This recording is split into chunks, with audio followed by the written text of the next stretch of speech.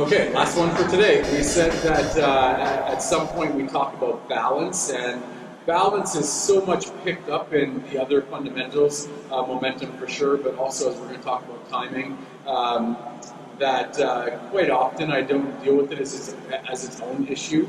I just let it be inside those other ones. But nonetheless, it's critical that we understand balance and prioritize it in our development. So let's just take a quick look at that. Okay, never mind the definition of balance with respect to center of gravity, and all that kind of thing, but just the practical implications of how to ensure and develop balance in our children. Okay, so first of all, if I connect it to momentum, as I said, I quite often do it. You can imagine that if I'm in any way off balance, okay, so I told you in the last video there's two types of momentum, linear and angular. If I'm in any way off balance, if I'm off balance this way, how can I possibly get my body weight going that way? Obviously, if I'm off balance this way, I can't get my body weight going this way. If I'm off balance this way, maybe I can play with that a little bit of a turn. But you can see it's really pretty much impossible to have momentum if you don't have balance. And so that's why we put them together. You get in a position behind the ball that you can get your big body parts moving in whichever direction you want them to. Okay, so that's how those two connect together. But if I connect it then to some of the timing stuff we did, if you remember in that video, whatever that was, a couple of videos ago now, when I was showing you like, okay, you started a nice straight line, well, there's no balance challenges there. Okay? For some there might be. I told this story just recently, true story. I try not to be too much of a storyteller in these videos. But one of the very first lessons I ever gave, I remember I had these two brothers, and I started with the first progression that I was ever taught, which was balance the ball still on the racket. And these kids trying to do that started to go like this, and pretty soon they actually fell over, both of them, these two brothers. And I remember going to Wayne at the time and going, I don't know what to do. I don't know any easier progression than that, and the kids fell over. So no doubt, balance could be challenged by simple things, but if you're rallying in a straight line and there's no reception difficulty, usually for most people the balance is pretty straightforward. Okay? They might still need some basic understanding of how to set up their base and all that kind of stuff, keep their head still, whichever, but it's pretty straightforward. The balance becomes more challenged when they're moving. So if we connect then, markers magically appear. So if we connect then to sort of what I was explaining the other day with the timing, when we start to increase the rally, the reception challenge, I don't know how far you can see, so I'm going to leave that there. I'll just stand here. Okay, I know you guys can visualize what I'm trying to do. And so now, instead of rallying in a straight line, the ball's hit out to the side. And so as I'm moving, it's going to take more now athleticism and technical movement skills to be able to stay balanced when I hit that ball. So I referred the other day to the stop-stop drill. So the first type of balance, that's the easiest, I hope. If Andre or any of the strength and conditioning guys end up watching this and proving me wrong, I apologize ahead of time. But the easiest type of balance is static balance, when you're trying to be still. So the first thing that we're teaching the kids then is to try to move well enough that they can be stopped before they hit. Remember that little explanation from a couple videos ago. So you get out to the ball, you're stopped when you hit, and then you get back to the ball and you're stopped when they hit.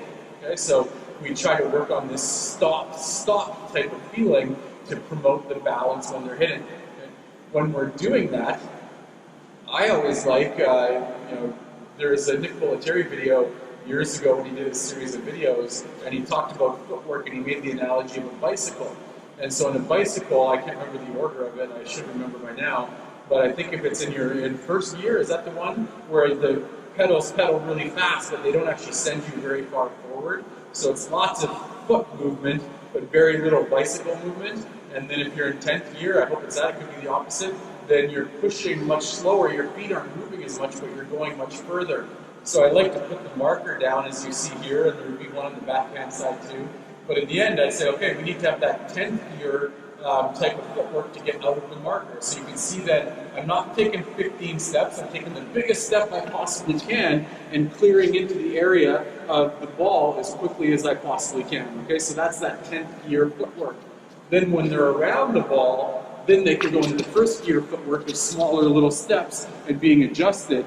But then what I'd be doing is having the kids hit and just be stopped. And they're not allowed to move until their ball bounces on the other side. And you'll see when they're fighting their balance or if they can be completely balanced, and then they can start to link their recovery. Okay? So we start to do drills as we add the reception challenge that really teach them how to move well and force them to be balanced when they're hitting. In this case, just static balance, but ensuring that we have that balance so we have a platform to have good momentum and all that type of stuff in their strokes. Okay, so even when the kids are young, red balls, orange balls, all that kind of stuff, we're making sure that they have good balance, in this case, static balance as they're hitting the ball. Okay? I've always struggled, and I'll share my struggles with you. I've seen coaches that use the terminology of popcorn feet with people's feet touching like this, or just happy feet with the kids' feet touching like this. And I've always struggled with that because I was mostly working with older players. And obviously when you watch tour players, you don't see a lot of that. But you don't see a lot of that because the time that it takes for the ball to get to their opponent and back doesn't allow for any extra steps. So the footwork is always seamless. But you can imagine at the tempo that young kids are playing, they've got all this extra time. So they either end up being flat-footed, and then they've got to break inertia every time they go to start moving, or they find some way to keep that moving. So I say that because of those first year footworks, okay? As the kids get older, they make that 10th year footwork, it's going to be time to hit. As the kids are younger, they might get there if they move well early enough that they have time for these little steps. They might get back, but they have time for these little steps. So, we use that first year footwork a lot when the kids are young. It will evolve as the kids get older, becomes less and less. And then the other side, the next level then becomes dynamic balance. So can you be balanced when you're moving? Okay? And so this again connects very much to the momentum piece, like I said to you with balance. But I would often say to the kids that there's two, and this might be a bit too simplistic, there's more to it than this, but just practically I find it super useful, that there's two ways that you should be using your body as you hit a ball. Not moving out to the ball, but as you hit the ball itself. One of them should be up and forward, right, or down, up at least. And so we sit there and say at different times you start low and you go up, whether it's that or this, or whichever it is, you're going down, up. And then there's other situations where you're down, down. So I start down and I stay down. Okay? You guys can imagine tactically which situation I'm in and what I'm trying to achieve technically, but just looking at it from a balance perspective and how I'm using my body and linking it to momentum, you can see there's different ways that I use my body. And the one that I'm always trying to help the kids avoid then is when they're up, down. So you can see them, and that's just a sign of being off balance. You can see when they run, they're tall, and then as they hit, their body weight's dropping.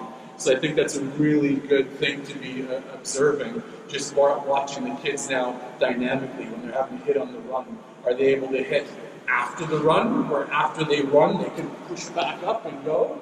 Or are they able to hit on the run, where they're down, down, and they're still balanced?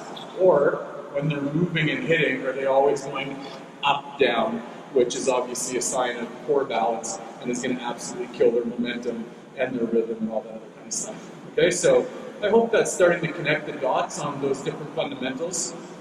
If that's clear, if you have any questions on it, then email me. I'm happy to put any more video content in here to kind of clarify that stuff. But if that's kind of the theoretical piece of this, my intention in the next videos is going to start then saying, how do we apply those fundamentals in different situations, taking a look at serve, net play, rallying, attacking, the different sort of situations that we find ourselves in, and understanding how to build good fundamentals in those different situations on the court. Okay, so thanks guys.